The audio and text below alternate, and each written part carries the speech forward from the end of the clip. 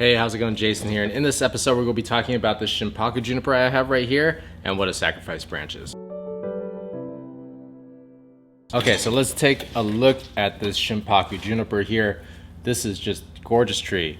You can tell it's Shimpaku by its foliage right here. It's very soft, it's very compact. It's definitely one of my favorite species of junipers, and it can create very nice looking compact trees, even if you're just working with a 1 gallon like this one right here. But the thing that's different on this tree is that there's this one branch right here that's coming off the side. And if you look at this branch closely, you can see it's a pretty long branch. It's coming off. It could actually serve as the trunk. If you wanted to design this tree, you could decide that this is going to be the main trunk that you go with. But I think that really the beauty of this tree is right here, with the front being right there. It's this whole section here, this whole green, deep green section right here. And you can see there's even new growth coming out right there at the ends, right there at the ends. But this one right here actually doesn't really contribute to the design of the tree and will actually conflict with the primary trunk right here. When I had this into my nursery, it was just sitting in the can. I did see this branch, and the reason I didn't cut it off is because you can use it to help thicken up your trunk. A sacrifice branch is essentially a branch that you want to keep on your tree for the sole purpose of thickening the trunk, like right here, right there. And since the Shimpaku grows so slowly, anything that you leave on the tree to help thicken its trunk will make it grow a little faster. And then the reason why it's called a sacrifice branch is because it will essentially be cut when we finally design this tree. So I'll give you a guess as to what we're going to do today. It's a pretty nice trunk right here. It's pretty nice movement. It's got nice branches. The foliage is nice and compact, but I want to style it and also illustrate what happens or what you do with a sacrifice branch when you're finally ready to cut it, the options you have, and just making the cut so you can finish your design. Now, of course, definitely I'm going to get some comments that are going to say, oh, you should have left this branch on there a little longer. And it's true. If I continue to leave this branch on here, I'll continue to thicken this trunk right here. But I want to style this tree, so I'm going to cut it today, and then we're going to see how the design looks. Okay, I've got my tree. Here we go. First thing we're going to do is identify the front. And the front is always the one that has the best root base, taper, and movement. I've identified this one here. I think it's going to be right here. We've got some really nice movement on the trunk right here. Some really nice movement on the trunk right there. Basically curves around. We're going to tilt it at an angle so that we can see that movement a little bit better instead of just having it like it was in the position in the can, which is just straight up. See, for example, if I do this, just curve it a little bit, I got some more movement. Simple as that. And now I'm going to clean up a little bit on the bottom on the juniper. And these are just the needles that are going down. You guys have seen me do this on the nanas, the Pro Cummins Nana. It's going to be the same principle on the Shimpaku. The nice thing about the Shimpaku is that the foliage is way softer, so doing this actually feels pretty pleasant, and that's why it's such a highly sought after species of juniper, just because it's so soft. Okay, all right, now I'm going to identify the branches I have, and I'm going to start applying some wire. And I'm going to leave the sacrifice branch alone for now. I'll leave it alone for now. Now I've got two branches on the same plane right here. I've got this little one in front, and I've got this thicker one at the back that definitely needs heavier wire, so I'm going to use a heavier wire first, and we'll wire that one.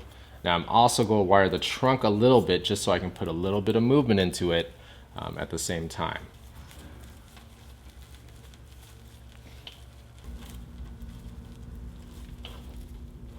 All right, so I put a thicker piece of wire right there. You can kind of see the anchor point right there in the center, which lets me essentially bring this one down like that, right? If you use the right size wire, bringing it down is going to be quite simple.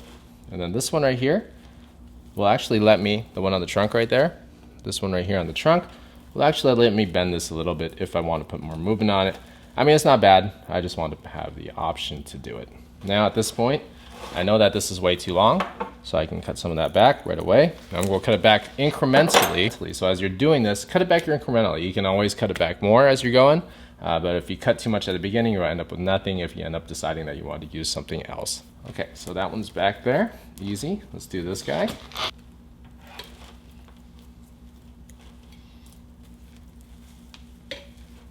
There's so many different species of junipers that once you get the hang of it, once you start experimenting with some, you'll definitely gravitate toward certain species just because you'll like either their foliage or you'll just like working with them because they don't hurt. But every species kind of has its pros and cons. For this juniper, the pro is that it has the best foliage of all the junipers.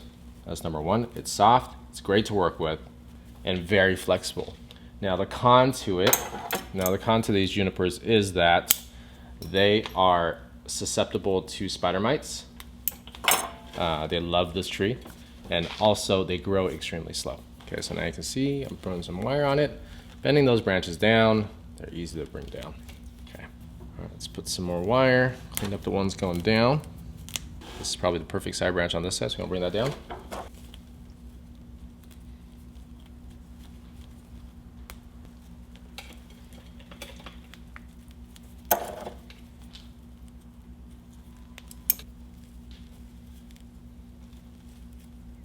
Okay, so you guys can see it's getting there. Try to erase this branch from your thought right now. This one right here. Just think about this tree right here. This one's going to be done at the end, just so I can show you, illustrate the sacrifice branch at the end. So now I'm going to do the apex, and for the apex, you always need to go with a little bit thicker wire. You want to make sure that you're able to bend that exactly how you want it.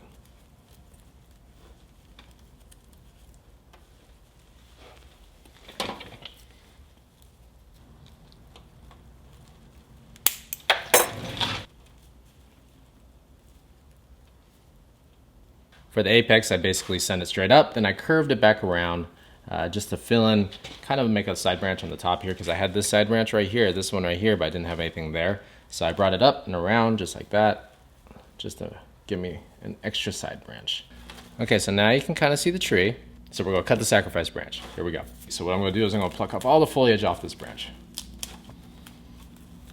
And the reason I'm doing this is just to illustrate some options that you guys have. When you guys are exploring or when you guys are designing your trees, you guys can explore different options the way you can do it. Now this is a sacrifice branch right here, so I'm getting rid of all foliage on this one because I want this one to die off.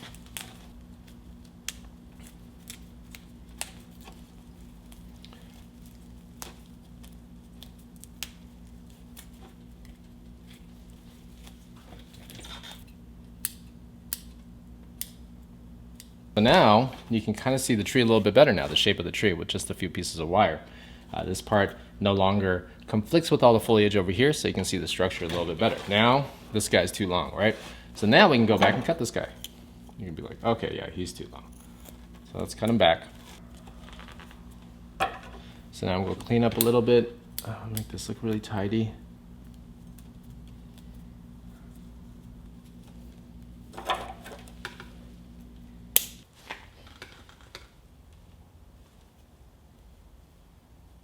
All right, so now we're going to completely move all the bark off of this shin, or this sacrifice branch right here.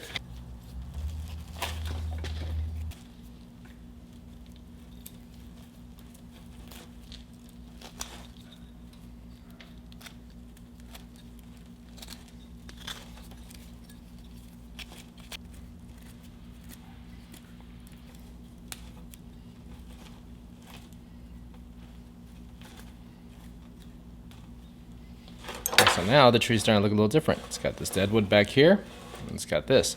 Now, what we can do is decide how we want to use this. Now, when you're doing a sacrifice branch, at this point it's not going to grow anymore, so it's not going to do any of that purpose that I originally had. You've got options. It's very flexible right now, so I think what's nice is if we join it with the rest of the tree like this. So what we're going to do is we're going to bring it in, we're going to try to join it with the rest of the tree rather than it sticking off to the side. So we're going to put some wire on it. And the best time to do this is right after you gin it or right after you remove all the bark, because now it's still flexible. If you let this dry out, it'll get too hard, and then when you try to do it later, it'll be brittle and it'll just break off. So the best time to do is right now, and we can try to wire this in to join it with the rest of the tree. So I went and got a thicker piece of wire. So now, unfortunately, there's gonna be more wire on this tree, but this is just for training purposes. So we have to do it.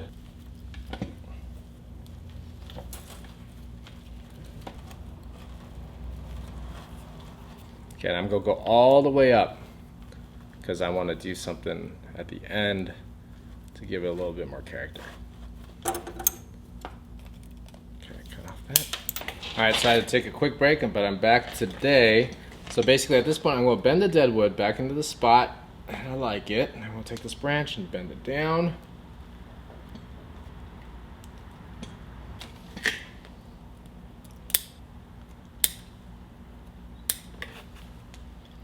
Okay, so what I did was I readjusted the angle. Originally I had it a little bit taller, sitting straight like this, but I actually decided to do a slant style, so that's what I have right now. So there's one more branch that is bothering me, and it's this one over here. So I'm gonna cut this one off.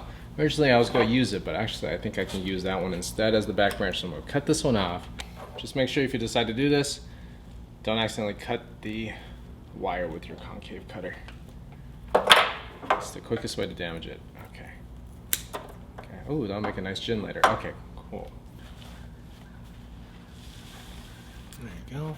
So basically, if you've got a sacrifice branch, you can do one of three things. You can cut it flush, like you can cut it right here and get rid of that completely. Or you can do a short gin, maybe do 1 to 2 inches here and just do a short gin on it. Or you can do something like this, and where I kind of try to create a little bit of a deadwood feature, just to make it a little bit more interesting. Now, the next thing I'm going to do is I'm going to pot this. So I've got some pots here. I'm like, oh, okay, that looks pretty good. Oh, maybe this guy. What do you guys think? This one? Or maybe the round one? What do you guys think on this one? I like the slant style though, but what do you guys think? I've got this really short one too. That one. Oh, that's not bad either. That looks a little bit, that might be a little too short. All right, so let me know what you guys think in the comments. Let me know what you guys would have done with the sacrifice branch. Also, let me know which pot you guys like more. If you have any questions, leave them in the comments below. Otherwise, thanks for watching.